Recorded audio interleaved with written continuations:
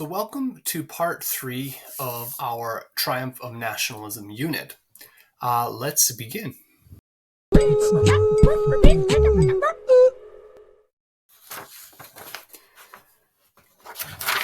So if you recall, there was a little backside to our introduction worksheet that asked us to look a little bit at the concept of nationalism and start kind of getting an idea of the power of nationalism, how it can be a force for unification and how it can be a force for division.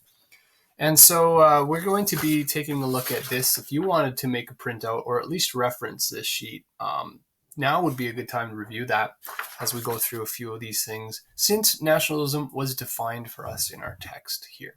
So nationalism's the belief in nationhood. So it is kind of putting an emphasis on the idea that a nation should exist and that nationhood is something virtuous and good to aspire to.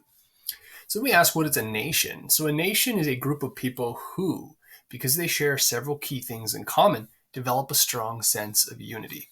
We've already reviewed some of these things.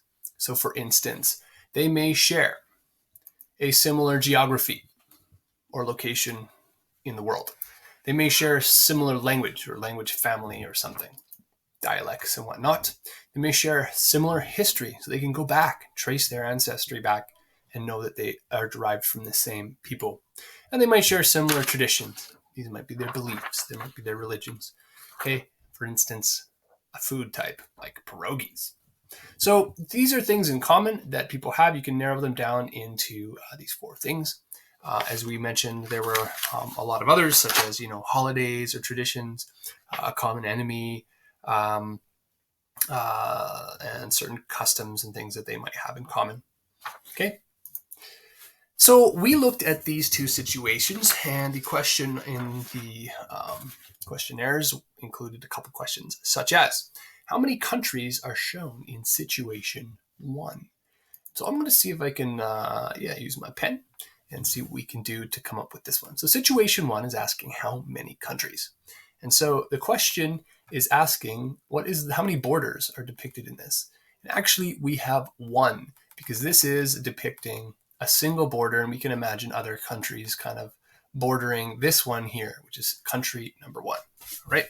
The next question we could ask is, well, how many countries are shown in situation 2? Okay, and in situation 2, we look at the border lines and we actually see that there's a borderline here, a borderline here, and then of course the border that surrounds them all. And so really, how many countries are in situation 2? And the answer is 3. So there are 3 countries here. Now we're using the word country, but it's not the same as the word nation necessarily, because the next question we could ask is, what nationalities are shown in situation 1? Well, the people living in this area are labeled with a letter. So they're either X's, so we see X, X, X, X, we see Y's, and we see Z's. So we see X's, Y's, and Z's in situation 1. That's how many nations are present. So the letters depict a different national identity. So 3 nations, 1 country. Okay, getting the idea here. In situation 2, we have how many nationalities represented here? Well, actually, we only have X's and Z's here, right? X's and Z's. So there are only 2 nationalities. 2 nationalities, 3 countries. All right. So in situation 1, we'll go back to, if we ask the question, if each of the nationalities develops strong feelings of nationalism, what may happen? Well, the country may split. So let's split our country. So the Y's decide to be their own country. And then the Z's decide to be their own country, and they all split away from the X's. And now what? Now you have a splitting or a division of a territory, and now it's 3 countries. And 3 countries, 3 political borders that you have here. Okay. Now let's go and ask another question. Situation 2. If each of the nationalities, X and Z, decided to act on nationalistic sentiments, what might happen? And the answer is this. the borders again may change. You see how this border is kind of fringing on the X's here? So we might come and do this. Get that one. And then there's this X living out in here. So the X's, the Z's divide from the X's, and we actually eliminate, pardon my speed here. Now this, I'm going off. Now this is supposed to trace that thing right along the line. And we actually eliminate this border right here. There's a unification here. This territory now becomes one country. This territory then becomes another political country. Okay? Now, is the country represented by situation 1 a nation?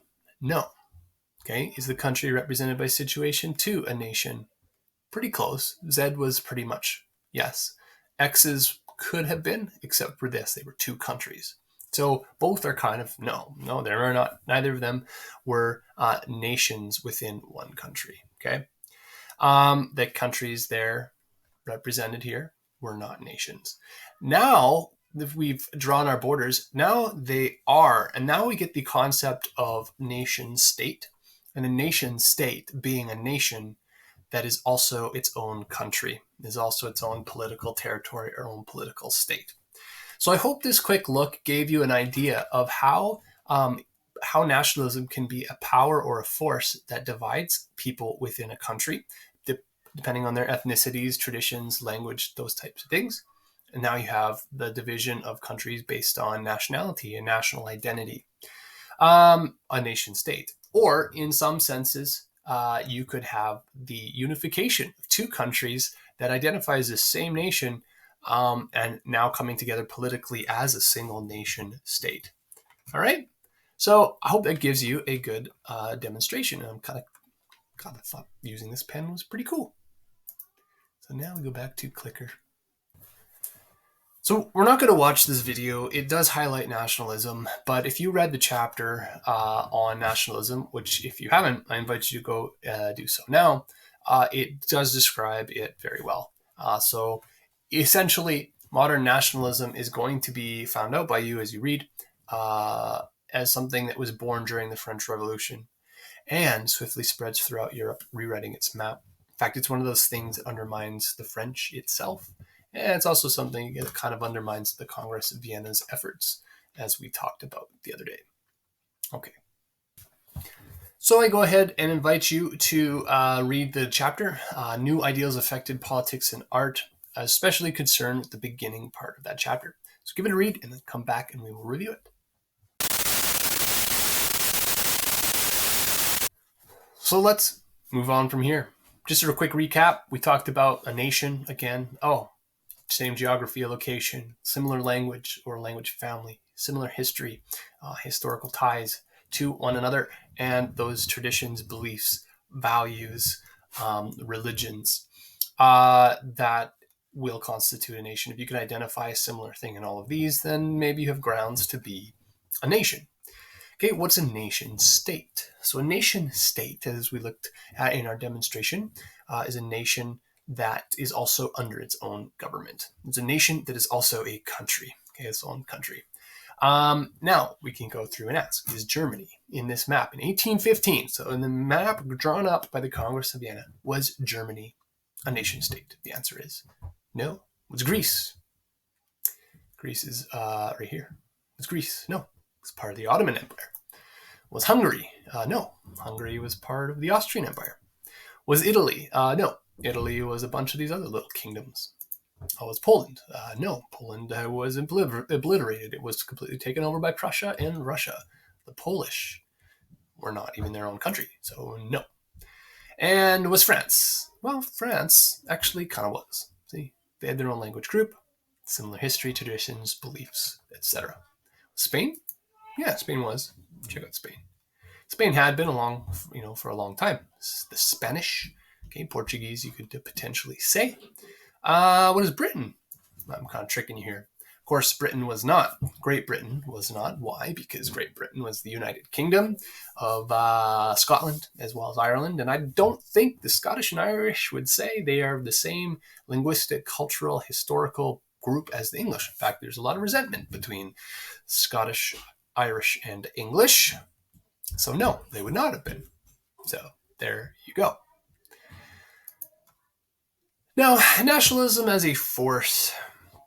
Nationalism is so in time. Nationalism helps Germans, Hungarians, Poles, and Italians unite and fight for their own government, rewriting that map of Europe yet again to one that we're a little bit more familiar with. Nationalism, of course, was the idea that spread powerfully from the French and the French Revolution and Napoleon, as you had read. So, nationalism shows that our greatest loyalty, as we see in our nice picture of hockey cheering, I mean, Canadian nationalist sentiment, where does it get more hyped up than for global hockey or whatnot, Olympics or whatever? Nationalism is that our a belief that our greatest loyalty should be to our nation state, or to our country. It would be the ideology that undermined the efforts of the Congress of Vienna and kind of wrought havoc upon the map that they ended up redrawing in 1815. Interestingly, the French had this, during the French Revolution, had this idea of nationhood, this brotherhood, fraternity, right? Which was kind of their national brotherhood. They all were part of the same cause, and they all just loved to die for their nation, to sacrifice themselves for their nation.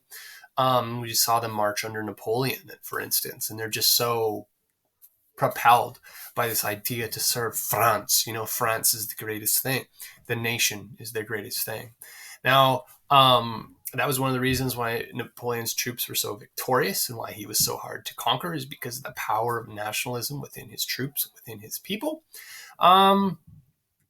They were fired up by that national pride and had a better reason to fight than other countries of the time, especially mercenary or hired soldiers of the time. But nationalism and national pride grew among the very people Napoleon conquered. So as he goes out and he conquers different territories and countries, those conquered people feel diminished by the French and actually feel a sense of protection and establishing their retaining their identity and their cultural background in the face of being conquered by the French.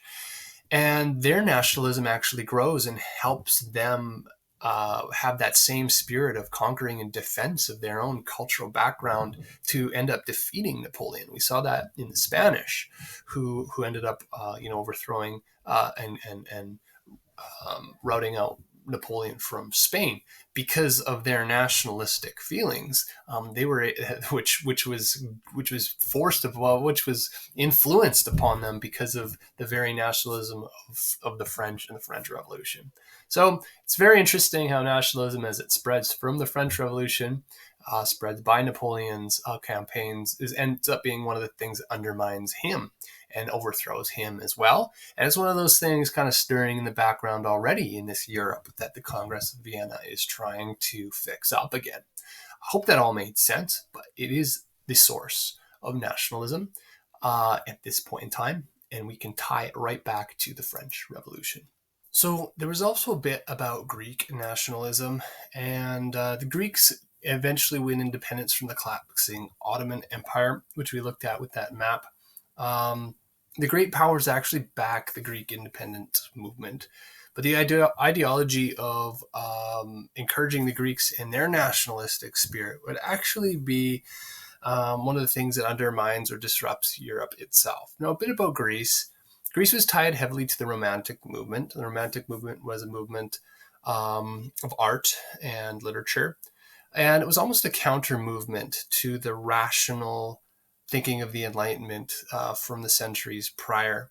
And it's almost like humans tend to go to an opposing extreme from time to time. So when the world is faced with this idea of the Enlightenment and reason and logic and rationality and geometry and structure and all these things, it just gets so scientific that there's this counter movement that begins in Romanticism. And we're not talking Romanticism as in love and romance and that type of thing, but romance is in like dreamy and kind of like, oh, isn't that a wonderful, beautiful idea?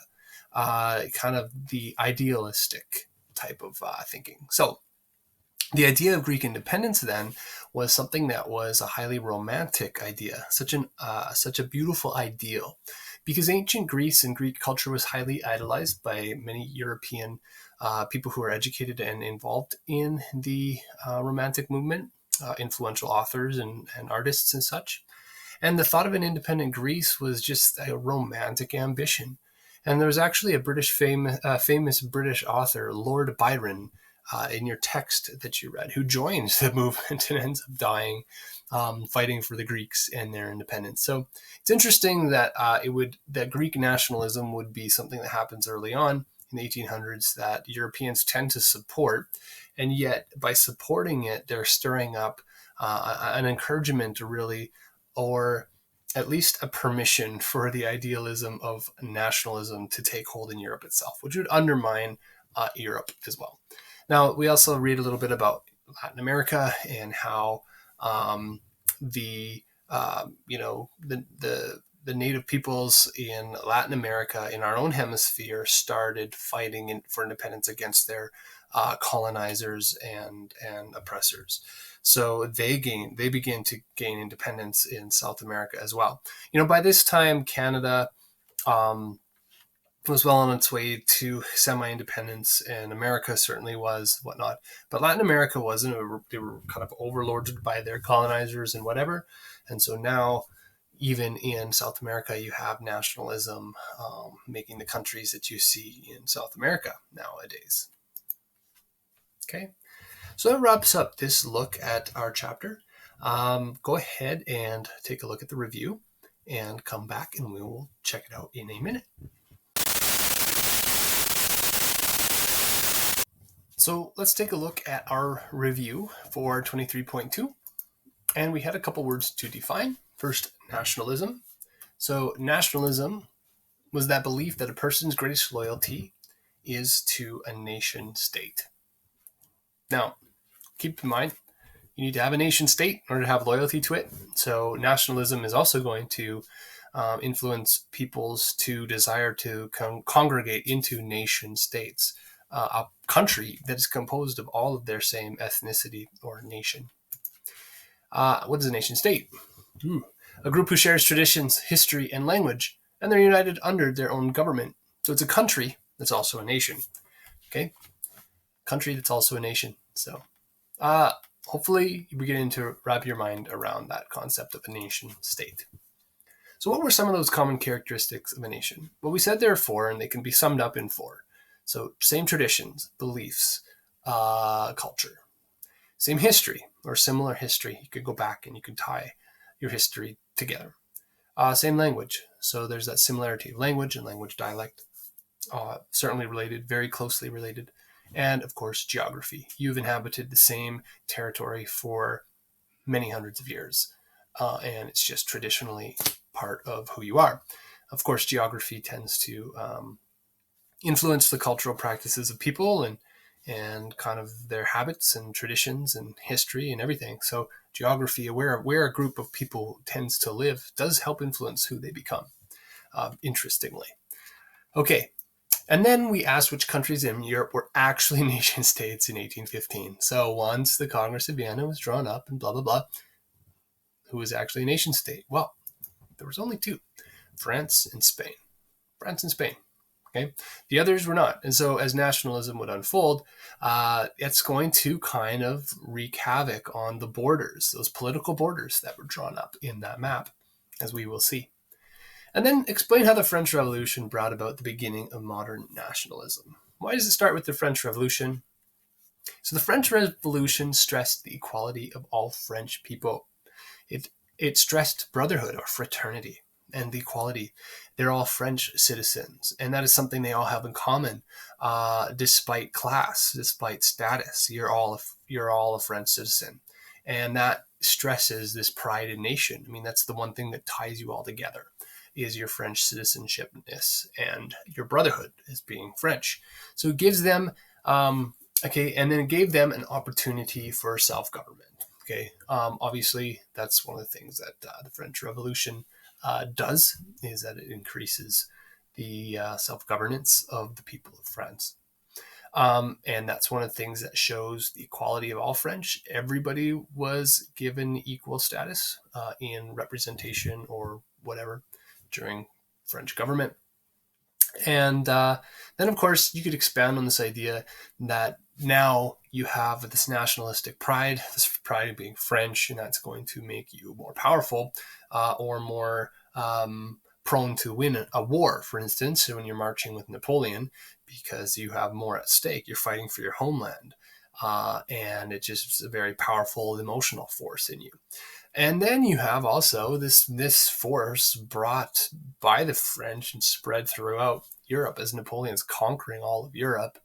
And it's actually something that or Napoleon, I should say, inspires in the people he's conquering, because now they're a conquered people and they're coming together in pride of their culture that is now being dominated by France.